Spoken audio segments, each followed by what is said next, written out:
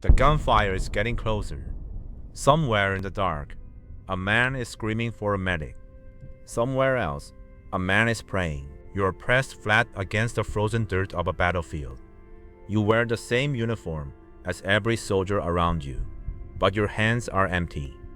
You are a chaplain, a priest in uniform. Under the rules of war, you are a non-combatant. No rifle, no pistol, not even a knife. You are not allowed to fight, and you promised you never would. You came here to pray with the men, to listen, to write letters home for the ones who can't, to hold a dying soldier's hand so he doesn't leave this world alone. Nobody expects anything more from a man without a gun. But tonight, the line has collapsed. The enemy is pouring through in waves. The order crackles down the line. Pull back, now. You look around. The wounded can't walk. Whoever stays with them will be captured or killed. And you, of all people, have every right to leave. Do you run with the living, or do you stay with the dying? If you were there right now, what would you do? Today, we meet three chaplains, men of God who walked into war with empty hands. In the entire history of the United States military, only 9 chaplains have ever received the Medal of Honor, America's highest military decoration. Today, you'll meet 3 of them. One walked into a wall of fire on a burning ship. One pushed away a loaded rifle and chose to become a prisoner. One used his own body as a shield. Let's find out what kind of men do that. First story, 1945. The Pacific Ocean, 50 miles off the coast of Japan. Joseph Timothy O'Callaghan, born May 14, 1905, in Boston, Massachusetts. At 17, he entered the Jesuit order. He became a priest and a professor. He taught mathematics and physics to college students, a quiet man of chalkboards and equations. Nobody looked at Father O'Callaghan and saw a war hero. In August 1940, with the world sliding toward war, he volunteered for the Navy Chaplain Corps. He was 35 years old. He traded his classroom for a warship. By March 1945, he was serving aboard an aircraft carrier, the USS Franklin. More than 3,000 men aboard. Her mission, strike the Japanese home islands themselves. March 19, 1945. Dawn. The Franklin is sailing closer to Japan than almost any American carrier has dared to go. Her flight deck is crowded with aircraft, fueled, armed, engines turning. Out of the low clouds, a single Japanese bomber. 1 plane, 2 bombs. The bombs punch through the flight deck and explode among the fueled aircraft. Aviation gasoline ignites in a chain of fireballs. Within minutes, the Franklin is a floating furnace, and now the ship's own weapons turn against her. Bombs and rockets meant for Japan begin exploding on her deck, one blast after another. Hundreds of men are killed in the first minutes. Hundreds more are trapped below decks, in the dark, in the smoke. A blast slams Father O'Callaghan against the steel. He is wounded. He gets up. Sailors see him coming through the smoke, a white cross painted on his helmet. He kneels beside dying men and whispers the last rites, while ammunition cooks off around him. This much is his job. This much is expected. Then he does something nobody expects from a chaplain. He starts giving orders. He gathers stunned and frightened sailors into firefighting crews, and he doesn't send them into the flames. He leads them in. On the listing, burning deck lie live bombs, heated by the fires, ready to explode at any moment. O'Callaghan stands over them with a hose, spraying water to cool them down. Then he guides teams of sailors as they wrestle hot shells to the edge of the deck and over the side. Think about what those sailors saw. The ship was tearing itself apart. Every instinct said, jump. But there stood a priest, calm in the firelight, asking them to save her.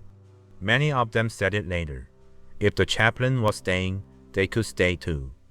The Franklin did not sink. Gutted and burned, she crossed the Pacific, then the Atlantic, and reached New York under her own power. She was the most heavily damaged carrier in the war ever to make it home. The price was staggering. 724 men dead. No American carrier that survived the war lost more. The Navy offered O'Callaghan the Navy Cross, the second highest decoration a sailor can receive. He refused it. He believed the men of the Franklin deserved more honesty about that day, and he would not accept a medal he felt was wrong. He is the only man in the Second World War known to have turned one down. The story reached the newspapers. Then it reached the White House. On January 23, 1946, President Harry Truman placed the Medal of Honor around his neck, the first chaplain in the history of the United States Navy to receive it. Father O'Callaghan went back to his classroom, back to mathematics, back to his students, as if none of it had happened. He died on March 18, 1964, at 58. Commander Joseph O'Callaghan. He walked into the fire with a hose and a prayer, and he became a hero. Second story, 1950, North Korea, a place called Unsan. Emil Joseph Kapaun, born April 20, 1916, on a farm near Pilsen, Kansas, the son of Czech immigrants. He grew up poor, fixing machines and working the fields. He was ordained a priest in 1940, a farm town pastor who repaired his own church with his own hands. In the Second World War, he served as an army chaplain in the Burma and India theater. No battles, no glory. Just thousands of miles a month by jeep, over mud roads, saying mass for scattered soldiers who hadn't seen a priest in months. He learned something there. Go to the men, wherever they are. In 1950, war exploded in Korea. Kapaun landed with the 8th Cavalry Regiment of the 1st Cavalry Division. Within weeks, the soldiers knew him. When his jeep was destroyed, he found a bicycle, and the men grew used to an unbelievable sight. A chaplain pedaling toward the sound of gunfire, helmet on, pipe clenched in his teeth, retrieving the wounded, burying the dead, saying mass on the hood of a jeep. November 1, 1950. The war was supposed to be almost over. The soldiers were told they might be home by Christmas. Then, out of the mountains of North Korea, China entered the war. At a place called Unsan, thousands of Chinese soldiers fell on the 8th Cavalry at night. Bugles in the dark, flares, waves of attackers. The 3rd Battalion was surrounded. By the next day, the order came down. Every man who can walk, break out, escape, or be captured. Kapaun was a non-combatant, unarmed, a captain nobody would blame for leaving. The wounded couldn't walk. He looked at them and stayed. American soldiers watched him do the unthinkable. As the perimeter shrank, Kapaun walked calmly through enemy fire, again and again, dragging wounded men to cover. Not once, for hours. Then came the moment that made him a legend. Nearby, a wounded American sergeant, Herbert Miller, lay helpless in a ditch. A Chinese soldier stood over him, rifle aimed, about to fire. Kapaun walked over. No weapon, no threat. A priest with empty hands, and he pushed the muzzle aside. Why didn't the soldiers shoot them both? No one knows. Kapaun lifted Miller onto his back and carried him. Understand what that choice meant. Kapaun could still have slipped away. Others did. Instead, he put a wounded man on his back and walked into captivity. He chose to become a prisoner of war.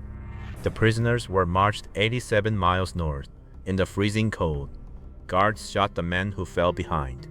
Kapaun carried Miller and helped others carry stretchers, mile after mile, urging exhausted men to keep walking.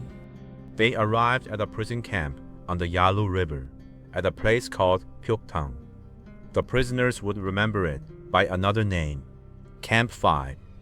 That winter was a death sentence, starvation rations, no medicine, cold that killed men in their sleep. Prisoners died by the hundreds. And in that place, Kapaun went to work. He slipped between the huts at dawn, dodging the guards. He shared his own tiny ration.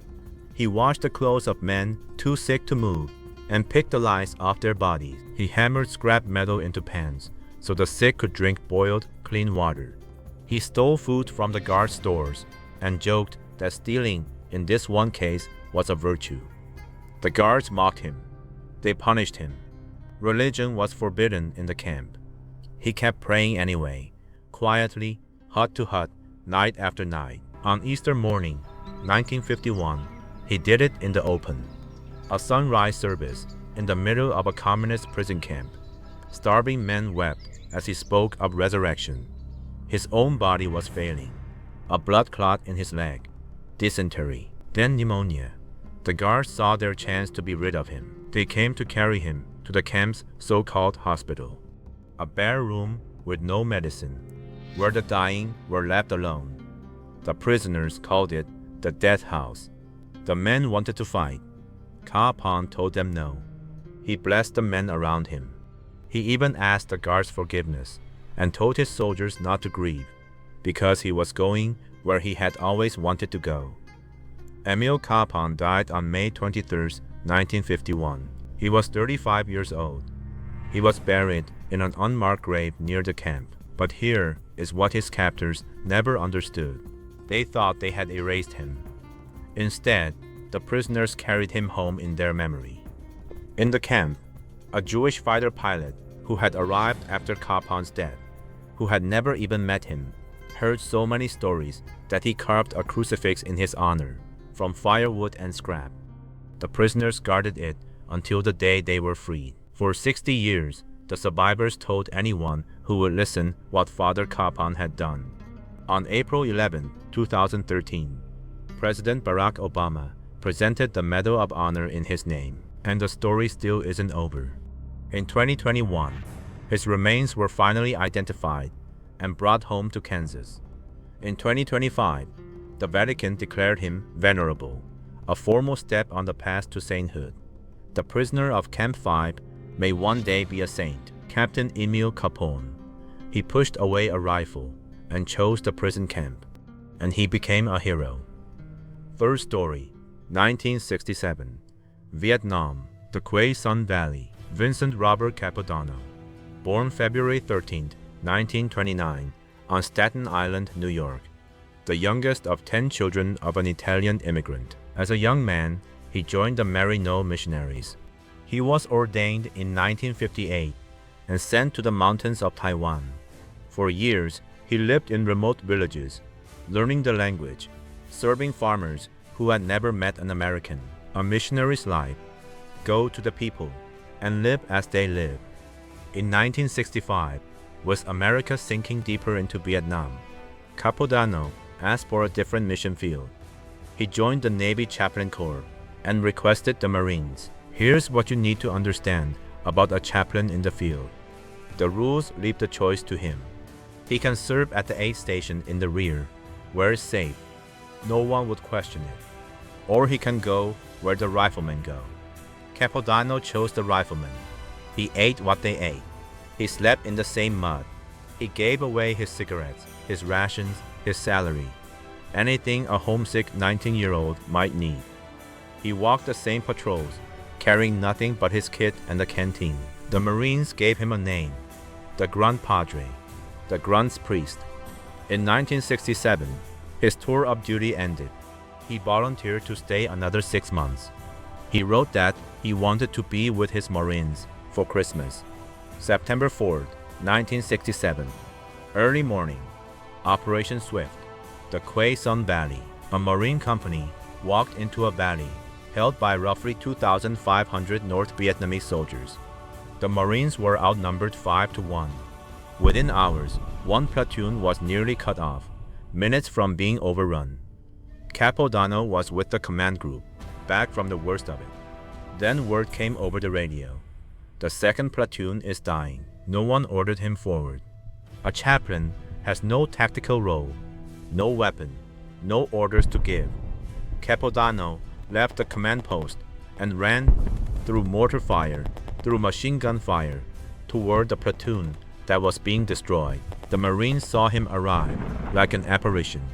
moving from man to man in the open field, dragging the wounded to cover, whispering the last rites, pressing bandages with his hands. Wherever the fire was worst, the Padre appeared.